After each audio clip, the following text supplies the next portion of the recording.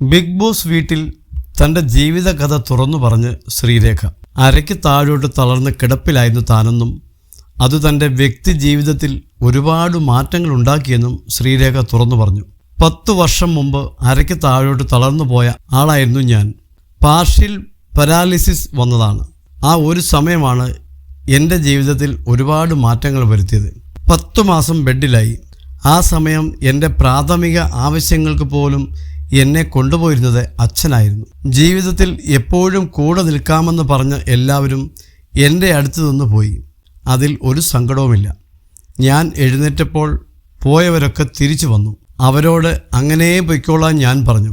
അത്തരം ആളുകളെ ജീവിതത്തിൽ ചേർത്ത് നിർത്തുന്നത് ശരിയല്ല. അവരൊക്കെ തിരിച്ചു വന്നപ്പോഴും ഞാൻ വേണ്ടെന്ന് പറഞ്ഞു. അച്ഛന് ക്യാൻസർ വന്നു തുടങ്ങിയ ഘട്ടത്തിലാണ് തന്നെ ശുശ്രൂഷിച്ചിരുന്നതെന്ന് ശ്രീരേഖ പറഞ്ഞു. എന്നെക്കൊണ്ട് ഇനി ഒന്നും പറ്റില്ലെന്നായപ്പോൾ 2 കൈയുണ്ടല്ലോ എന്ന് തോന്നി. സിനിമയിൽ കാണുന്നത് പോലെ തുഴഞ്ഞായിരുന്നു ആദ്യത്തെ മൂവ്മെൻറ്റ്. അവിടെ നിന്നും പയ്യെ തിരിച്ചു വരണമെന്നായി. പലയിടത്തും കൊണ്ടുപോയി. പല ചികിത്സകളും ചെയ്തു. ഒരു ചികിത്സയും ഫലിച്ചില്ല. ദൈവത്തോട് പ്രാർത്ഥിക്കാൻ എല്ലാവരും പറഞ്ഞു. ഞാൻ ദൈവത്തോട് പ്രാർത്ഥിച്ചു. എനിക്ക് എണ്ണീക്കണമെന്ന് ഞാൻ എന്നോട് തന്നെ പറഞ്ഞു. അച്ഛൻ എന്തെങ്കിലും പറ്റിയാൽ അമ്മയ്ക്കൊരു ഭാരമാകുവാൻ ഞാൻ ആഗ്രഹിച്ചില്ല. ദൈവം അത് കേട്ടു. എൻ്റെ കാലിന് ചെറിയ അനക്കം വന്നു. അന്ന് അച്ഛൻ ഒരുപാട് സന്തോഷിച്ചു. ഞാൻ എണ്ണീറ്റ് നിന്നിട്ടേ ട്രീറ്റ്മെൻറ്റിന് പോകൂ എന്ന് അച്ഛൻ പറഞ്ഞിരുന്നു. അച്ഛൻ്റെ ട്രീറ്റ്മെൻറ്റിന് വേണ്ടിയാണ് ഞാൻ എണ്ണീറ്റത്. ഞാൻ നടക്കാൻ പഠിച്ചു. അച്ഛൻ്റെ ട്രീറ്റ്മെൻറ്റ് കഴിഞ്ഞു.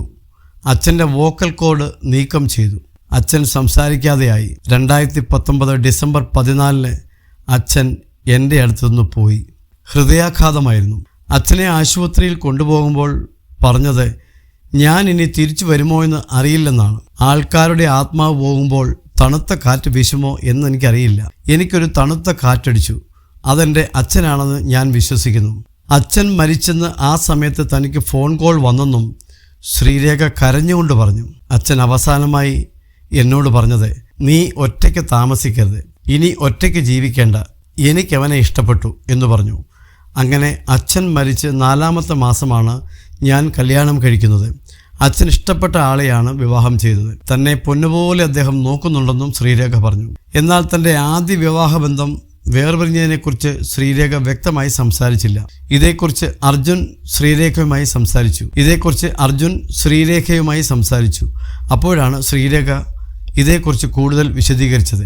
ആദ്യ റിലേഷൻഷിപ്പിലുള്ള ആൾ ഒരുപാട് ഉപദ്രവിക്കുമായിരുന്നു. കേസിലൊന്നും പോയില്ല. അത് തനിക്ക് വീണ്ടും വലിച്ചിടാൻ താല്പര്യമുണ്ടായിരുന്നില്ല. ഇത് കേൾക്കുമ്പോൾ എൻ്റെ കുടുംബം കരയും. ആദ്യ ഭർത്താവുമായി നിയമപരമായി വേർപിരിഞ്ഞതാണ്. ഒരു അപേക്ഷയായിരുന്നു. ഞാൻ പൊക്കോട്ടെ, എനിക്കൊരു ലൈഫുണ്ട്, എന്നെ വിടുമോ എന്ന് ചോദിച്ചു. പിന്നെ ഞാൻ അവിടെ ചെന്നിട്ട് കാര്യമില്ലല്ലോ. അങ്ങനെ താൻ ബന്ധം പിരിയാൻ സമ്മതിക്കുകയായിരുന്നെന്നും ശ്രീരേഖ വ്യക്തമാക്കി.